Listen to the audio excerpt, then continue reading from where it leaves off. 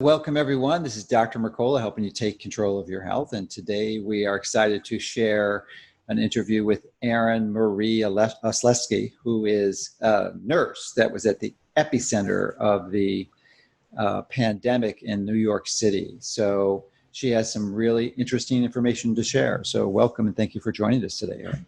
Yeah, thank you so much for having me, Dr. Mercola. It's been a long time coming. All right. Well, you've written a new book too. What's the name of your new book that describes this process? Yeah, it's The Undercover Epicenter Nurse. That's an appropriate title, The Undercover Epicenter Nurse. So I'd like to start with getting a little historical background from you. I thought we have posted your initial video that you had that was really well done and had quite a good response to that back in June, but that was well before your book was out. It seemed clear from your video that you live in Tampa, Florida now, and but it seems like you did not sound like Floridian. I detected a bit of a Canadian twinge to your accent, and suspected you were from Wisconsin, and you confirmed that, and even that we're from Upper Peninsula. So you grew up in the Upper Midwest. Yes. And then from there, you transitioned. You were in the Iraqi War too. So I'm curious if you could describe what transitioned you there, and then onwards to nursing school, and then down to Florida. So let's get the history first, and then we can go into what you did in New York. Yeah. So I was born in Bessemer, Michigan. So that's like the UP of Michigan. My parents were raised in that area too. So I'm talking, a town of 2,000, small town. And I've always kind of been the risk taker, my parents joke about it to this day. So I kind of ventured out on my own and, joined the military when I was 17. And just to explore, because I always knew that there was more out there. And I wanted to just, immerse myself in a different culture and experience life. So when I was in basic training, I left in July of 2001, that's when September 11th happened. And I actually write a lot about my life in my book so people can understand why I am the way I am and, why I think the way I think. But yeah, September 11th happened when I was in basic training, and they pretty much said, listen, get ready because you're about to go to war. And at that point, I was only 18 years old. So grew up pretty quickly.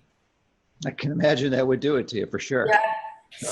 How long were you in the war conflict? Was it 4 years? Altogether, yeah, I was in Iraq for just over a year straight, and then kind of ventured around the United States. It essentially brought me down to Tampa, where I worked for a short period at the Special Operations Command, and ended up getting out and going into nursing, which is what my ultimate goal was, since I was essentially in kindergarten. And so that's kind of what got me here, and what essentially brought us down to Tampa. Yeah, I was curious how you got there. So it was the military position. So we both migrated from the Midwest down to Florida for different reasons, but I think it's really, in my view, one of the best states to live in the United States. Anyway, I want to go back to 20 years ago before you actually enlisted. I was sitting at my desk when I was still treating patients, and at the time I had a subscription to the print version of JAMA. And there was an article written by Barbara Cartwright, who was an MD PhD, and it went over the statistics of death rates in the United States. And I was astounded. And it had a benign grayish type headline, nothing major, but I read the article and I realized, oh my gosh, if you add the numbers up, doctors are the third leading cause of disease. And I created that headline 20 years ago in July of 2000. And that actually took off as quite a meme and, spread over the whole internet. You might have even heard of it before. And, this is conventional medicine. It is well documented clearly that their errors and mistakes alone is the third leading cause of death. That is egregious enough, but it has gone exponential since that time and actually been validated. And your experience in New York really is an amazing testimony to what has happened. How clinicians are essentially getting away with murder. So we're going to go into the details because it's quite a story. So I'm wondering though, if you left the military, you got your nurse's training, and you've been a nurse. I want you to pick up your story after you finish nursing school, and then lead us into the thought process that prompted you to go to New York, to in Queens. Was it the Elmhurst Hospital there, which is a public health hospital? I mean, were you just volunteering, or did you have some idea that you were going to uncover some nefarious deeds up there? What was the story behind that? I'm going to go back really quickly just to touch on what you were talking about with medical error and being the third leading cause of death. Absolutely. So I'm sure that you did, and I know that I did, go into this profession to help people. And just as a new nurse out of school, usually most nurses start out on like a medical surgical floor in a hospital, that's where I began my career as a registered nurse. And, it did not take me long to realize that we're literally just pumping our patients full of medications. Most of my job was morning meds, afternoon meds, night meds, meds, more tests. And I've always kind of had a passion for, the more of a natural approach to health. And it was kind of devastating to me to realize that I wasn't really helping these patients. I was contributing to the problem. And so I've always kind of had that mindset, as a nurse, that how can I get these patients, look through these meds and, talk to the doctors and advocate for them to get them off of all this. And, I would hit a lot of roadblocks. And so I ended up going to work at a private practice where doctors were more concerned about, not so much profit, but the people. And so I've always kind of continued along those lines.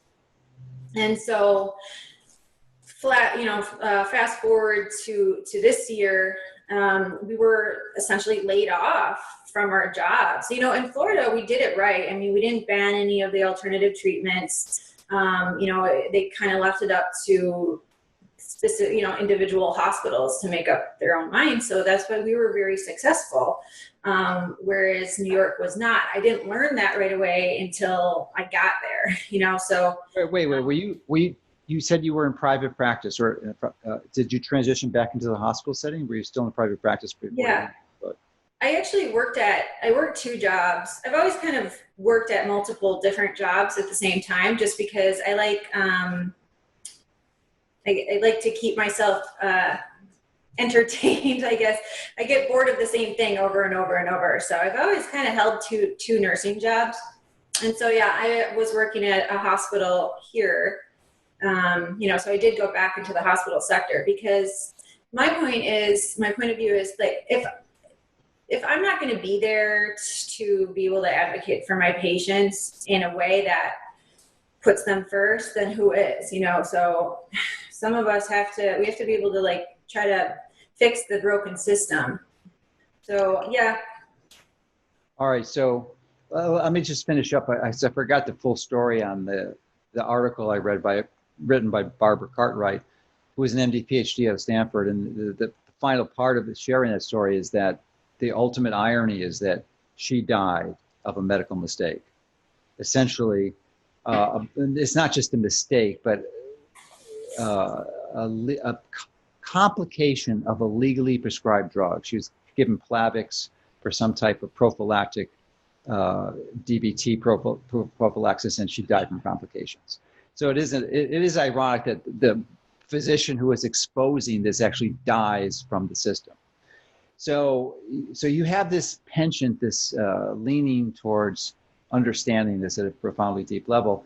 And you were practicing both in private practice and a hospital in Florida, one of the best states in the country with respect to their ability to provide appropriate care to the patient. So what motivated you to go up there? Was there I'm just curious, was just this desire to have another life experience, or what was there? Was there any other reason for it? Yeah, I mean, I couldn't figure out why New York was struggling so much. And I guess it's just kind of in my personality to, go where the help is needed. And so the opportunity presented itself. I talked to my, boss, my director at the hospital, and they're like, "Are you sure?" Because most people were scared, and So when you say by opportunity presented itself, do you mean that there was requests from New York City because they were being overwhelmed with cases up there for nursing staff from other states to come up and help them? Yeah, they were in desperate need of nurses. So, they were calling it the front lines, the epicenter. This is where everybody was, just dying left and right. But you saw the trucks, outside of these hospitals filled with bodies. And then it can't be any worse than what I've already been through in Iraq. So, put me in the game. So, I accepted a travel nursing job, packed my bags, and was out the door in 2 days, kissed my family goodbye and hopped on a plane. And then when was it? Is that May of this year? It was in April. April. So, okay. Yeah, April. That was early on. And how I don't have access to the statistics now, but where was that in the course of the pandemic? Was that the height of it? Was it right before the height? It was pretty close to it if it wasn't at the height, right? Yeah, it was a little after the height, but it was still pretty. I mean, every single one of my patients still died. It was still extremely packed in these hospitals with pretty much every single person on a ventilator. Okay, so you were at the epicenter of the epicenters, the place in the world actually that had the highest one of the highest concentrations of patients dying and number of people dying. So, and you were there in the middle of it because Elmhurst Hospital was probably one of the had the largest concentrations of COVID patients. And maybe you can share the details on that because I'm not sure of the specifics of the New York system. Yeah. Well, one of my first red flags is when you're going into war time, which they consider that, frontline war. I expected to get to work immediately and quickly learned that we were going to just sit around for 3 days waiting for an assignment.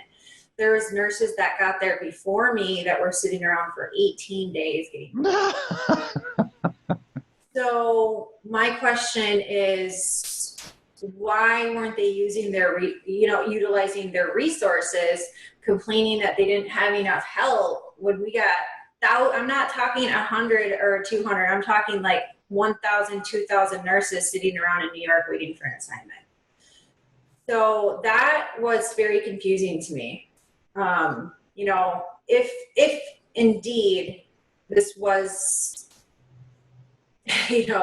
essentially, a war zone, people are literally dying left and right, why aren't they using us, utilizing us? And that didn't make any sense to me. But I finally did get an assignment and they put me at Elmhurst Hospital. It was just completely random. I could have went anywhere, but that's where they picked for me to go.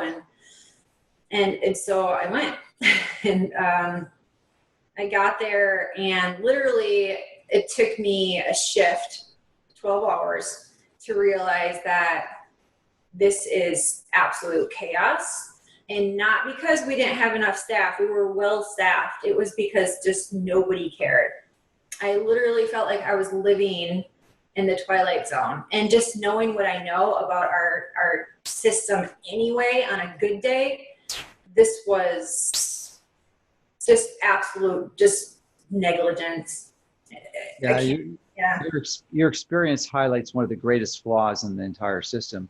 And even in good times, when Yeah. the best of times, like 20 years ago when I read that article, the system is responsible for maybe the majority of deaths in the country, if collectively, if you include their ignorance of basic nutritional principles. So, but clearly when you go into the hospital, you are at great, great risk. And I've interviewed Dr. Andrew Saul in the past, who's written actually a book on this. And we've had, I think, 2 interviews helping people understand that one of the most important strategies, if you or anyone you know goes in the hospital, is you have to have an advocate. Ideally, that is a close family member who's with you, depending on your circumstances, around the clock to make sure mistakes don't happen, because they will happen. Invariably, it will happen because of the attitude that you described. People weren't caring there. It's not you or some of the other nurses, but the medical staff typically gets into this. And I'm not blaming them. It's just the reality. And as a result of that, mistakes are made. So the complication, which just greatly exponentially exacerbated this whole process, is that family was excluded. You had no advocates other than the staff there. So why don't you expand on that? Because to me, that was probably the worst catastrophe of this, that resulted in much of this abuse occurring because they had no advocates there. Well, that's exactly right. And on top of that, they created a liability and free environment. Ah, yes. So now you have a liability free environment where everybody knows that no matter what I do, I'm not going to get in trouble for it. We have no family around putting us in check, on a good day. And I'm sure there's a lot of your viewers that have had their own struggles inside these hospitals on a good day when they're allowed in. I mean, I've seen it, working in these hospitals. And so now you have no family, you got a liability-free environment, you got doctors and nurses that at that point just didn't care because everybody was going to die anyway. So what's the point? And then, you have everybody on a ventilator. So these patients can't even speak for themselves. They're at the hands of whoever is taking care of them at that point. And that's why I how do you sit by and allow this to happen? I don't know how so many people knowingly knew this was going on and just choose to remain quiet. It's just really sad. Yeah. At the time, I don't think it was well understood that ventilator management for this illness was not a good choice, and it was really the kiss of death. I believe, I don't practice in the hospital or even in an office setting anymore, but it's my understanding that that's not being considered the standard of care at this point. So it was, you cited some incredible statistics. I think there was only one person in your 4 weeks at the hospital that survived being put on the vent, and that's because they self-extubated. It was a kiss of death. I mean, if you were put on the vent, you were dead. And they knew that. When I first got there, this was, earlier April. And within the first week I was there, I started videoing after speaking with an attorney in New York. And I have Wait, why don't you go? I'm really curious as to that process. And I just don't want you to skip over that. I want you to go into more detail because it really was quite a decision that you made to do this. I mean, there was hundreds of other nurses just in that hospital alone and thousands within the city, but very few made the decision to actually video record what was going on. So can you just help us understand your thinking process that led you to that action? I actually don't know if I've ever talked about this the very first day that I was there with actually anyone, so you're the first. The very first day I was at Elmhurst, like I said, it didn't take me more than a shift to realize what was going on. And I got back to my hotel room and just broke down in tears. And I'm like, I don't even know what to do right now. Like, I couldn't even believe it. And so I actually have, a lot of nurse friends, and I asked them to just hop on a Zoom call with me and I just let it all out. You know, like you guys, I don't know what to do. And one of them is a nurse practitioner. So she ended up essentially kind of being my proxy. She did a live video and it went pretty viral. And what happened to her is she got just gaslighted by everybody. She had death threats. Everyone said that she was making it up. So I had contacted an attorney after a few days of seeing what was going on with her, just trying to get my message out. And I'm like, listen, no one's going to believe what's happening here because they don't believe her. There was other whistleblowers prior to me that they didn't believe. And like, the only way the public is ever going to be able to, even somewhat, take this seriously and believe what I'm saying and what others were saying is with actual video. And I had already tried to go up the chain of command, and everybody would just tell you to just be quiet or you're gone. You were considered a troublemaker if you tried to advocate for your patients, and you were pretty much shunned. So I contacted an attorney after I realized that no one was believing essentially my proxy, who is a nurse practitioner herself. So even after going up the chain of command, talking to anybody that was in charge. And, it was they always were passing the buck to, well, it's not me, it's the next person. It's not, that's the authority. Like, nobody had any answers.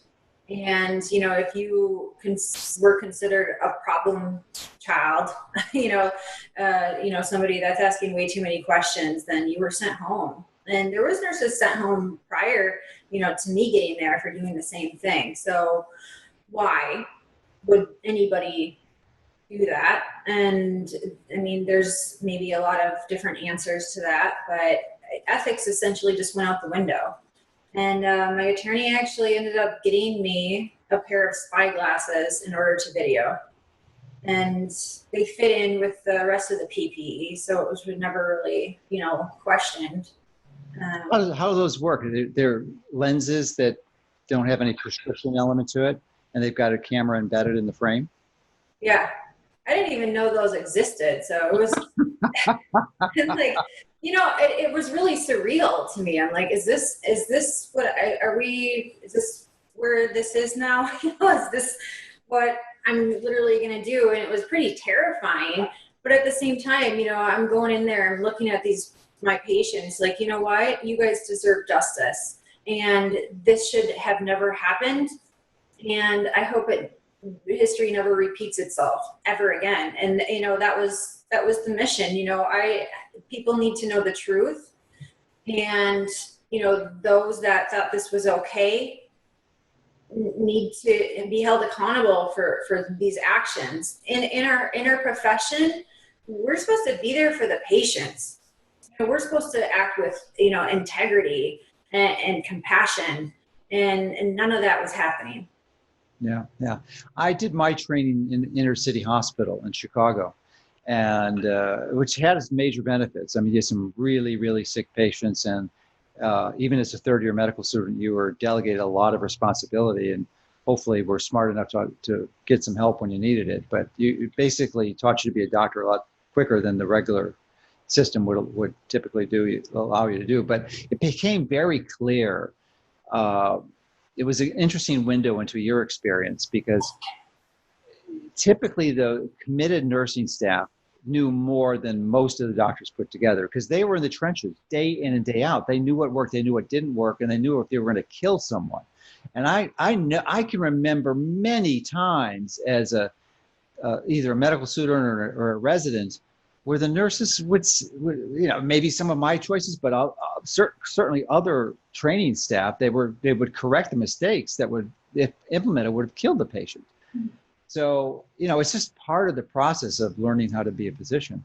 It's an inevitable consequence, but the nurses are typically there to protect them. Most of them, obviously some have gotten to the point where it's just a job, but that's, wasn't common from my experience. So I'm wondering if you can share your observations as to the percentage of the nursing staff who felt similar as you did versus the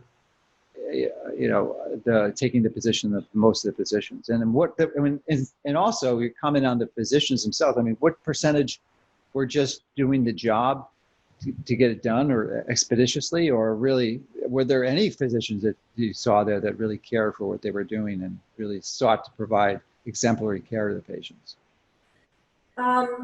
The nurses, and this is what surprises me so much, that the majority of us all said the same things. We went to work on a bus and we drove home on a bus. So we were together in the mornings and then we were together in the evenings.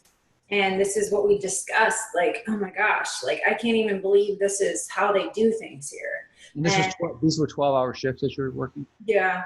Yeah. Every day, every single day. Wow. And, yeah.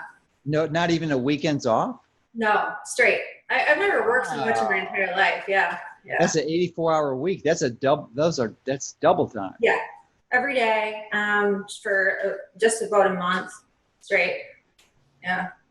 But, and so we all did say the same thing. And I actually recorded a lot of those conversations too, just because I don't want people to think like it was just me, Mm-hmm. like everybody thought the same thing. Like, this is not okay. But everybody is so afraid to say something because, like, for instance, I've gotten taken through the trenches with people. I mean, there's a lot of upset people and they, try to hurt you and silence you in any way they can. I was fired essentially for saying anything, and we were making fired from your position in New York.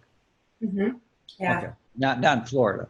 No, I'm still employed in Florida as a nurse. My hospital knew about this video coming out before it actually came out. Have you been threatened with your nursing license removal at all? Yeah. There's a lot of people gunning for it. If you go against the norm, then they just try to stop you. There's been petitions to take my license. So yeah, when I first saw your video, that was the first thing that went through my mind, is that they're going to get your license for saying that. Mm-hmm. That's their strategy. They silence the opposition. Mm-hmm. Yeah, but the doctors there, I don't know, a lot of them were residents. They were first-year residents, and a lot of them have never been at a patient's bedside before. And I started out as a CNA when I was 16 years old, working in my local hospital. I've been at the patient's bedside, for decades, and that some of them that was their first time ever interacting with an actual patient, and just zero bedside manner, because a lot of these patients were on ventilators. They just treated them as they were just, something to practice on, not a human being. And that was very common. Very few and far between. There was a really, really good resident that I just really appreciate, because he was on our side and he's like, "You're right, Erin," but there was not many of them that, really had that compassion for these lives. Yeah, so I'm assuming Elmhurst Hospital is a training hospital where they had residents, because if it's obviously private hospitals typically don't have residents, and if they do, they're really severely supervised, mm-hmm. or strictly supervised might be a better term. So public hospitals are a lot different. Mm-hmm. There was no supervision, though. There wasn't. I mean, I very rarely saw an attending. So it was the residents running these floors. And then it was us nurses constantly. I mean, we couldn't even leave our patient's room because they'd come in there and dial the ventilators. They'd mess with our drips. We had to end up locking our pumps because they would just come in and change it. That's unheard of on a normal day. These physicians never touch our pumps or our ventilators, without letting us know. So. That's just an incredible arrogance. What do you think motivated this type of behavior, that they think they knew better than the nursing staff who who essentially is responsible for doing these things day in and day out, and they're new to the game and thinking that they're going to come up with a better system. And what do you think motivated them to do that? A lot of ego, a lot of they're going to die anyway, so we just want to experiment and see what works and what doesn't. There was a lot of errors being made and unnecessarily causing a lot of death. And I can't explain it. Like I said, the liability-free environment, free for all, these residents weren't being, monitored by, like the attending doctors who were nowhere to be found. And it just seems one of the most egregious behaviors was the lack of segregating the as yet to be confirmed cases of COVID that were come as newly admitted patients from those who had already been established as being COVID positive. Although in reality, is segregating them into different rooms or floors probably, I don't know if it would have made much of a difference because they share the same ventilation system. And this bugger of a virus, once it gets into the HVAC system, is going to circulate throughout at least that entire floor. I suspect at Elmhurst that the floors aren't even separated. So you got the entire air circulating throughout the hospital. So you got that virus going around. So I don't know that it would have made much of a difference. Or do you have any insights on that? And I want to comment on the lack of segregation of the newly admitted patients. To have it like a negative pressure room for each individual patient in a perfect world, yeah. But even at the same time, the PPE was just being worn all day long. A lot of nurses weren't even changing it because it looks good. There was just no regulation on anything. And all you needed was one person to not do it correctly, and you're going to infect everybody. But they were knowingly putting, non-COVID patients with COVID patients on the same floor, in the same rooms. Same room. Yeah, and they were ventilating patients that they knew didn't have COVID, but calling them COVID rule outs. Maybe this one negative test was not correct, so they had to do another. Let's stop there because that's an extraordinary claim that they would ventilate a patient that wasn't COVID. This person that was being ventilated, were they highly symptomatic? Were they seriously ill?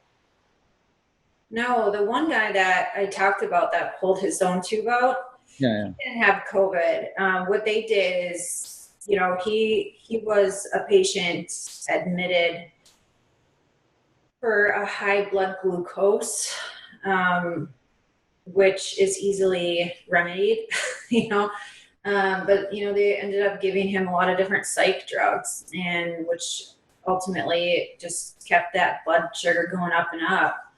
And, instead of treating that, they ventilated him. They put him on our COVID ICU floor, which is unheard of.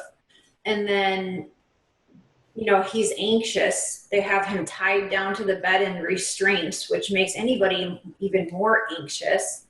You can't have any family in there. There's a bunch of nurses telling you to be quiet.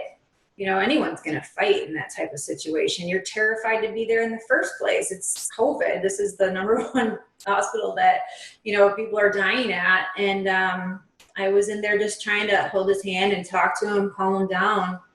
And, one of the residents comes in, if you don't calm down, we're going to have to put a tube down you to help you breathe.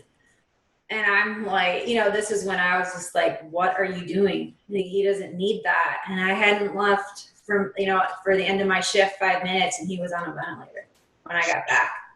That right there, that's just negligence. Well, negligence is too mild a term. Yeah. That is reprehensible medical malpractice is what it is. And that person should have his license removed, but they can't because the liability has been essentially removed. That person should not be allowed to practice medicine. No, it was a female fellow, actually. And she's the same one that ordered my other patient for us not to resuscitate him, knowing that he was a full code. Yeah. Now, a fellow, for those who don't know, is someone who's completed their formal medical training, graduated medical school, internship, and residency, and is doing a subspecialty in some discipline of medicine. So you would think a fellow would be a little smarter than that. That was the whole, at that point, like nobody really cared anymore. They're going to die anyway. And there's no liability. And, those are the type of doctors that the world doesn't need. Yeah. And clearly there was a financial incentive for the institution, at least, to be reimbursed at a higher rate because of every person, I believe, that was ventilated the hospital received another $30,000, $29,000. So can you confirm that was the case going on, and if there was any direct communication between the hospital administration and the medical staff to incentivize them in any way or encourage them to ventilate more patients? Well, they essentially turned Elmhurst into an all COVID hospital. Mm-hmm. So I think that was pretty much incentive. If you're going to admit somebody, they're either COVID positive or they're awaiting their test results, so they would be admitted as COVID rule out, and the hospital would still get the kickback. It was $13,000 to admit a patient to the floor. Some of these people, like the one that was unnecessarily vented, he could have went to the comfort ship, knowing that he was negative for COVID. They knew that, but they still admitted him, got the $13,000, and then ventilated him for another $39,000. So this was happening consistently. There's no reason that these patients had to be packed in like sardines when we had like external resources that weren't being utilized. So why? And that all goes up to the administration, and just really poor management of the entire system. Maybe it was the financial incentive, the part of the reason. I think it was, and that's just people just not caring, and putting profit over these people. Sure. So you were there for a month, and I'm sure you established some good friendships and relationships in that time. And it's been 4 months since you left Elmhurst. And I'm wondering if what the feedback you've received from the nurses who are still there, if things have changed significantly as a result of your expose. There was a few nurses that took my side when my video came out. A few of them were our staffers from Elmhurst. And then there was a couple travel nurses that were essentially my mold inside during all this happening. And they, I don't know, chew me up and spit me out. Most of the nurses were pretty upset. And that was difficult because, I knew that everyone felt the same. But at the end of the day, a lot of them are, protecting their jobs. If they agreed with me there, they would also be fired. So the population outside of the nursing community, I would say 90% is appreciative, and the other 10% are not so much. But I personally think that this has had an impact on the deaths in New York, because after that video went out and they were essentially kind of outed on their treatment protocols, the death rate plummeted. Really? So can you summarize how the treatment protocols have changed from this gross medical negligence that was occurring to what's happening now? I think that they're a lot more cautious about who they're admitting to these hospitals and how many people they're being put on ventilators. Because even in early April when I got there, I questioned a doctor that I also recorded, and he admitted that absolutely not one patient has been successfully, extubated. So by that time I got there, every single patient on a ventilator died. And they refused to try any alternative treatments, even though we know a lot of alternative treatments existed.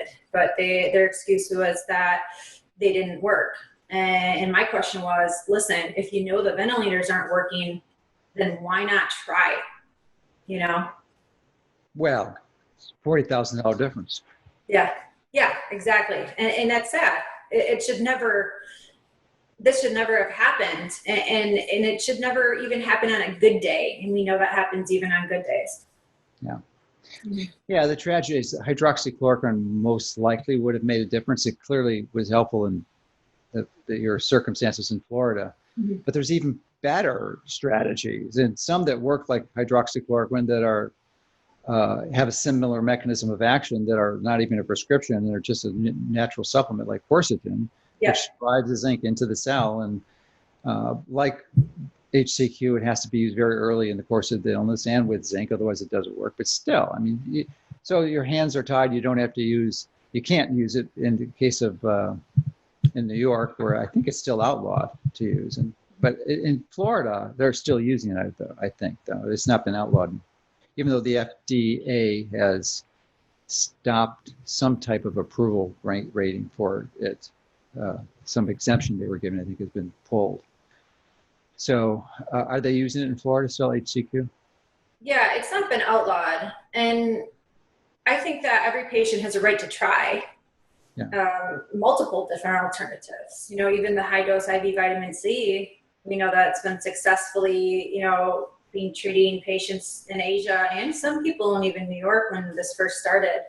Yeah. So why are these alternative treatments being frowned upon? You know, has this caused even more deaths? You know, and honestly, government shouldn't ever get involved in the doctor-patient relationship. You know, people should be able to have a choice and the freedom to be able to have these alternative treatments available to them if they can save their life. You know, it's just the autonomy in patient rights is just gone.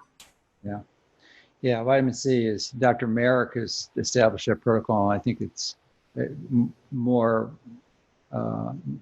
recently described as the Math Plus protocol, because there's other adjuncts to it, which is methylprednisolone or a steroid, thiamine or vitamin B1, the vitamin C intravenous, of course, and an antithromb, heparin I think is the H, because clotting can cause quite a bit of complications in the microvasculature. So it seems to be very effective, though.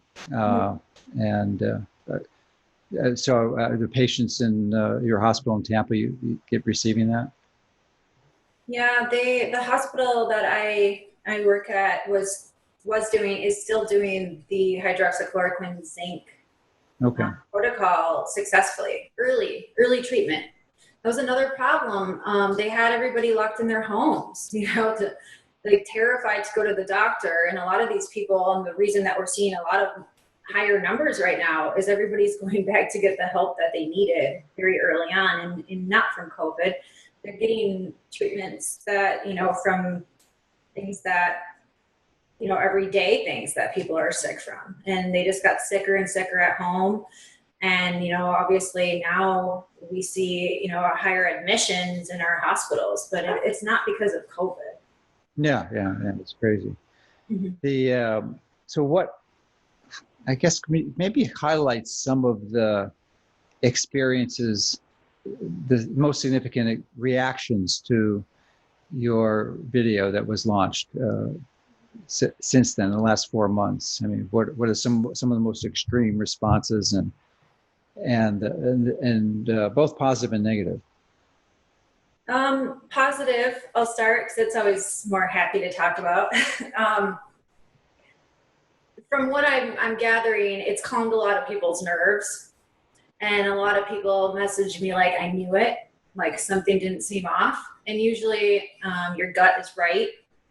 And I think that helped a lot of people just kind of be able to get through this and, you know, understand it and take better control of their health, because it's really sad that a lot of this media isn't telling people how to prevent. getting sick and making sure that your immune system is strong. And I think it's waking a lot of people up to that, which is great. We've been working on that for years, you a lot longer than I have. And also, so the negative, a lot of people said that I violated HIPAA. That's a big thing.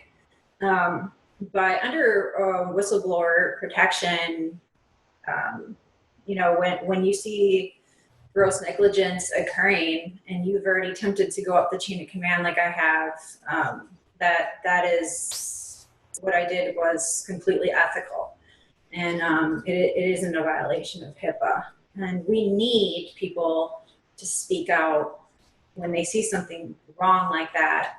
And so history never repeats itself and things like this stop. And the truth, of it is that we can do a lot better job in healthcare in general. And without, people speaking up that are on the inside, that change will never happen. Yeah. Mm-hmm. I think you could make the same argument for those who were implementing the orders in the Nazi regime, where millions of humans were exterminated. They were only following orders, and they couldn't possibly violate the HIPAA regulations by exposing us. Yeah. Using the justification of rules against it as the excuse for not becoming more violently opposed to it. It just takes one person to speak up, and since that video, there's been a lot more coming out and being brave and speaking up. And maybe this is what we need. This is the catalyst of change that we've been fighting for so long. Mm-hmm. And, patients deserve to be treated like humans. And, politics and the profits and all that should never be placed above human life, ever. In an ideal world, unfortunately, yeah. that reality is quite the contrast frequently. Mm-hmm. So, well, you were able to be a significant catalyst to this change, this desperate change that's needed, and exposing the deception and the gross medical negligence that occurred, and in Elmhurst Hospital, and apparently has been toned down quite a bit since your expose. So I want to congratulate you for your courageous behavior and bravery, and exposing this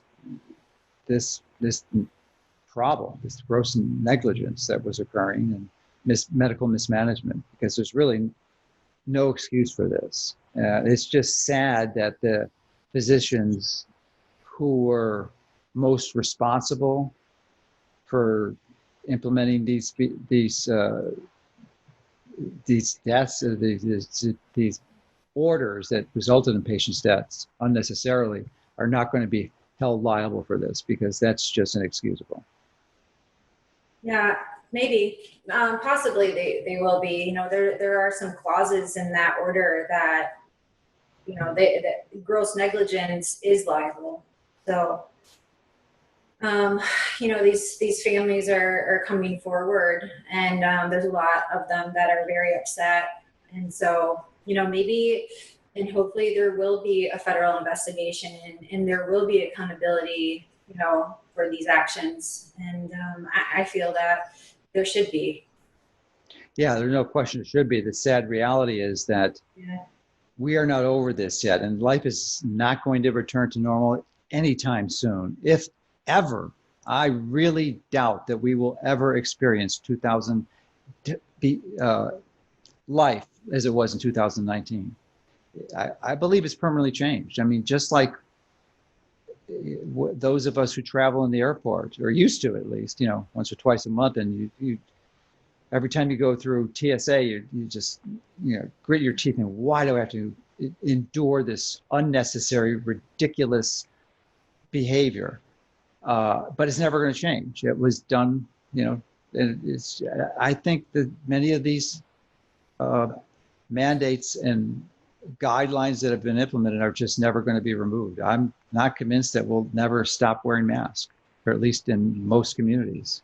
I mean, which is so insane to have to wear a mask outside. It doesn't make any sense. No, it doesn't make any sense at all. And even they're enforcing children now. And that's what really gets me, because I have 3 boys and I do not want them growing up in this type of environment. And how do you fight it? Because there's so many people that are complying with this and really not questioning things. And it's, it's going to get worse. It really is, until people just really start saying no and, sticking up for themselves, especially their kids, because it's hard. It's heart-wrenching to watch.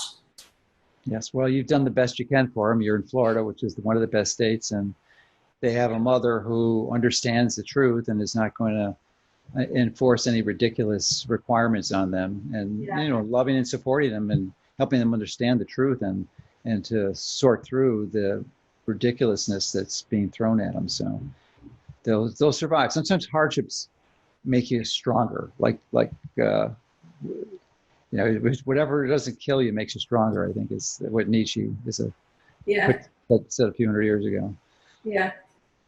So anyway, any last comments you'd like to share with us?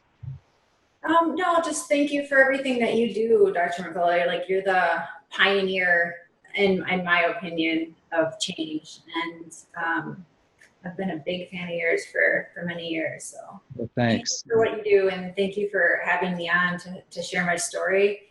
And thank you for the nice blurb that you have on my book. Oh yeah. So your book?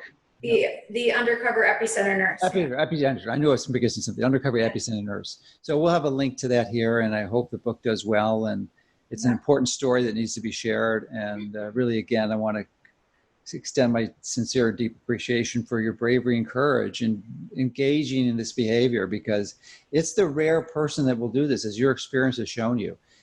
I mean, even though you had the vast majority of the nursing staff agreeing with you, virtually no one was willing to step forward and do what you did. So, and expose these crimes against humanity. Mm-hmm. So it takes, it's amazing what one person can do, and you're a great example of what that one person can well, thank you. So thanks for all your help. Thank you.